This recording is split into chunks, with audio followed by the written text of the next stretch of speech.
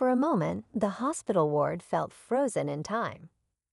The silence that followed Amara's revelation was heavy, punctuated only by the faint beeping of monitors in nearby rooms. Dr. Whittaker, who had always seemed so in control, stood there speechless, his face a canvas of disbelief, confusion, and something else, embarrassment. He opened his mouth as if to say something, but quickly shut it again, unsure how to respond.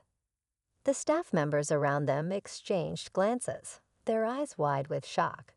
Some tried to hide their smirks, while others simply stood in stunned silence, processing the unexpected turn of events. Amara, still calm and composed, let the weight of her words hang in the air before speaking again. "You see, Dr. Whittaker," she continued, her voice unwavering, "I spent years in this hospital, not just as a nurse, but as someone who's worked to make sure every patient, every staff member, and every policy reflects the standard of care we're supposed to uphold. So when I hear comments like yours, I can't help but wonder how that aligns with the respect and professionalism we expect here." Her words weren't loud, but they carried a weight that felt louder than any outburst. Whittaker's jaw tightened, his pride visibly wounded. He was the type who thrived on being the smartest person in the room, but now that room had turned against him. But instead of apologizing, he doubled down. "Well," he said, forcing a strained chuckle, "you can't expect me to know everyone's title. Maybe if you introduced yourself properly, we wouldn't be having this conversation." Amara tilted her head slightly, her gaze steady. "You're right, doctor. Maybe we wouldn't. But this conversation isn't just about me, is it?" The tension in the room thickened. Whittaker's expression shifted, a flicker of realization crossing his face. He understood what she meant, even if he wasn't ready to admit it. "Excuse me," he said brusquely, attempting to brush past her, but Amara stepped slightly to the side, blocking his path, not aggressively, but with just enough firmness to make her point. "I'm not finished," she said. At that moment, the other staff members began to subtly retreat, sensing that this was a conversation best left to the two of them. But as they moved, the story continued to unfold in whispers, traveling from one end of the hospital to the other like wildfire. By the time Amara and Whittaker moved their discussion to her office, neutral ground, away from prying eyes, nearly everyone in the building knew something had happened. Some were rooting for Amara, while others, accustomed to Whittaker's sharp tongue, wondered if this was the moment he'd finally face the consequences of his behavior. Inside the office, the atmosphere was just as charged. Dr. Whittaker Amara began, sitting across from him. "This isn't about me trying to embarrass you. It's about accountability. Your words today weren't just disrespectful. They were harmful. Harmful to me, harmful to the team, and harmful to the culture we're trying to build here." Whittaker crossed his arms defensively. "Look, I didn't mean for it to come across like that. I was frustrated. Things have been hectic, and maybe I was out of line, but let's not pretend like this is some major issue."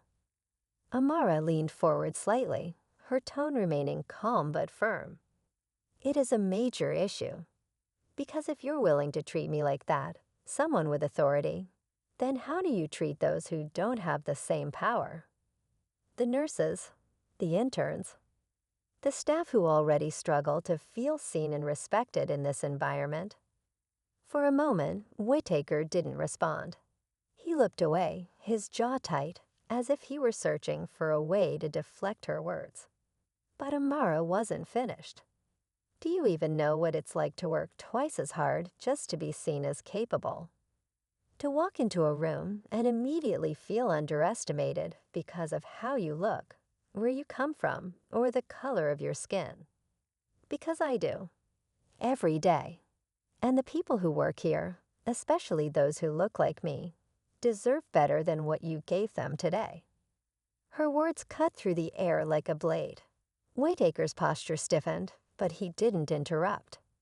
For once, he seemed to be listening.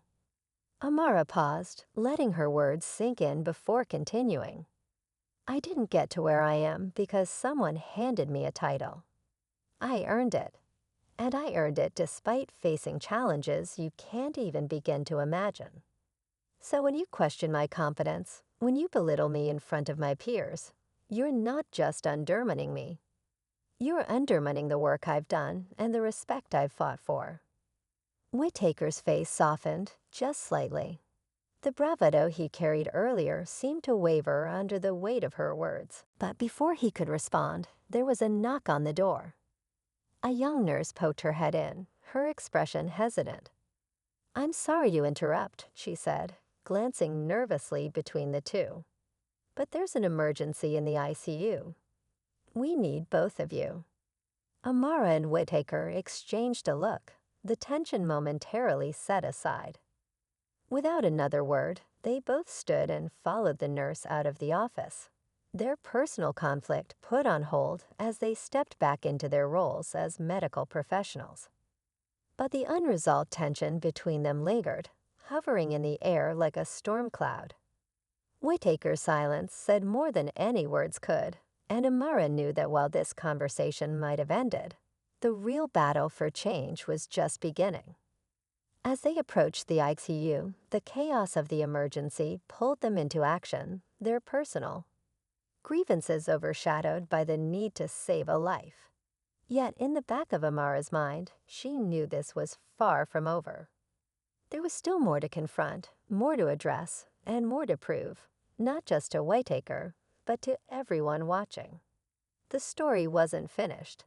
In fact, it was just getting started. The ICU was a blur of motion, a symphony of urgency and precision. Doctors and nurses worked seamlessly, their individual roles coming together like pieces of a puzzle. Amara and Whittaker stepped into the chaos without hesitation, their personal issues pushed aside as they focused on the task at hand. The patient was a middle-aged man in critical condition, suffering from complications after a routine surgery. Amara quickly assessed the situation, her years of experience guiding her instincts. She called out orders with authority, her voice calm yet commanding. Whittaker, to his credit, fell in line, responding to her directions without question. For the next hour, they worked together as if nothing had happened between them earlier. The room was filled with tension, but it wasn't personal. It was the tension of fighting to save a life. Amara and Whittaker's expertise blended seamlessly, their combined efforts pulling the patient back from the brink. When the man's vitals stabilized, a collective sigh of relief swept through the room. The staff exchanged tired but grateful smiles, and for a moment, all the drama of the day felt far away. As the team dispersed, Amara caught Whittaker's eye. He hesitated, then followed her out of the room and into the quiet corridor. "Good work in there," he said, his tone softer than it had been all day. "You too," Amara replied. She studied him for a moment, noting the subtle shift in his demeanor. The arrogance that usually clung to him like a shield seemed to have cracked, replaced by something almost resembling humility. "Look," he began, rubbing the back of his neck awkwardly, "I owe you an apology. For earlier, for everything, really." Amara crossed her arms, waiting for him to continue. "I was out of line," he admitted. "And not just today. I've been, I don't know, so caught up in my own world that I didn't stop to think about how my words, or my attitude, might affect the people around me. Especially you." She didn't let him off the hook so easily. "You weren't just caught up in your own world, Dr. Whittaker. You were perpetuating something harmful. And it's not enough to just acknowledge it. You have to actively work to change it." He nodded, the weight of her words sinking in. "I know. I've got a lot to learn, and I'm not going to pretend I'll fix everything overnight. But I'm willing to try, if you'll let me." Amara studied him, searching for sincerity. She saw it in his eyes, a genuine desire to be better, to do better. "Actions speak louder than words," she said finally. "If you're serious about change, it'll show. And I'll be watching." Whittaker smiled faintly, a hint of self-awareness softening his usual confidence. Fair enough. The two stood in silence for a moment, the tension between them replaced by a quiet understanding. As they walked back toward their respective duties, the hospital buzzed with its usual rhythm, the earlier drama now just a faint ripple in the flow of the day. But for Hamara, this wasn't just about one conversation or one moment. It was about creating a culture where everyone, regardless of their background, felt valued and respected. Whittaker's apology was a start, but it wasn't the end. Amara knew there would be more battles to fight, more biases to confront, and more minds to change. But she also knew she wasn't alone in the fight. The day ended with Amara back in her office, reflecting on the events that had unfolded. As she looked out the window at the city below, she felt a sense of resolve. Change was never easy, but it was always worth it. And as for Whittaker, he had taken the first step toward becoming a better colleague, and maybe even a better person. Time would tell if his actions matched his words, but Amara was cautiously optimistic. The story didn't end with fireworks or dramatic gestures. It ended with a quiet promise, a promise to do better, to be better, and to build a workplace where respect wasn't just an expectation but a reality. And for Amara, that was a victory worth celebrating. As the video of Daniel's social experiment continued to gain traction online, his once private test of human honesty became a public phenomenon. The comment section of every post became a battlefield of opinions. Some people argued that his actions were inspiring, a necessary reminder of the importance of kindness and integrity. Others accused him of manipulating emotions, calling his experiment deceitful. Daniel hadn't anticipated this level of attention, and for the first time, he felt the weight of the scrutiny. He questioned whether he had done the right thing by testing people in such a way. What had started as a simple idea had spiraled into something far bigger, and he wasn't sure how to handle it. Determined to take control of the situation, Daniel decided to reveal the truth. He reached out to a trusted journalist, someone known for their balanced reporting, and invited them to his home. Together, they planned an exclusive interview in which Daniel could explain his intentions and share his perspective.